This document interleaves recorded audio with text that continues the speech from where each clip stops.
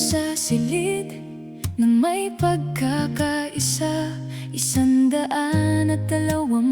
naghihintay sa dakilang lumikha. Walang pila ko ginto na may pagmamalaki, naghahanap lang sa pangakong minimithi.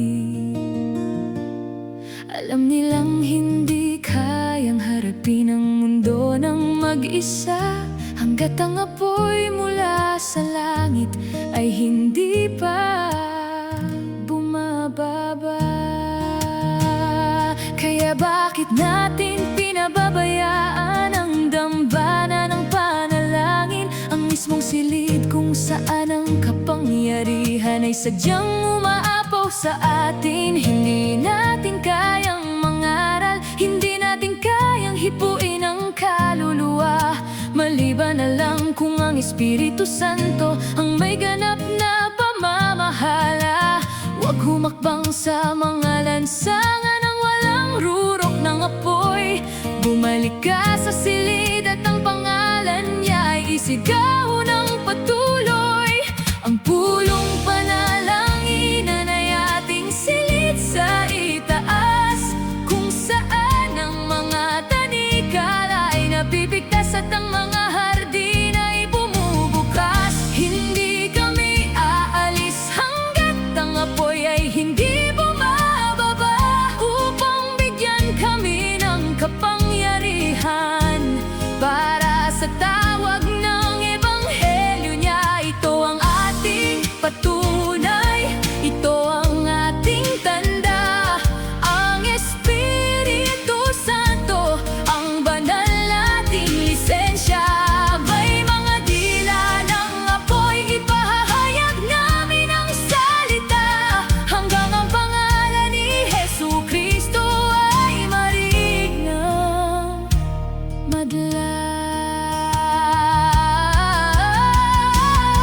Nanalangin ang mga alagad hanggang ang gusali ay umanig. Hindi nila kailangan ng sertipiko o aklat sa kanilang bisig. Ang tatak ng Diyos ay nakasulat sa kanilang dila. Ang awit ng katubusan ay buong lakas na kinanta. Lumabas sila sa silid na may banal na katapangan, upang baliktarin ang mundo ayon sa nasusulat sa kasaysayan.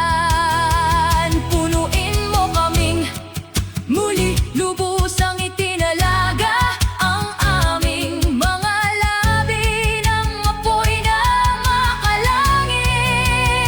Tinatanggap namin ang kapangyarihan, tinatanggap namin ang selyo, upang ipangaral ang kaharian at tuparin ang tungkulin. Hayaang umagos ang mga ilog, ang bawat mangangaral ay handa nang humayo.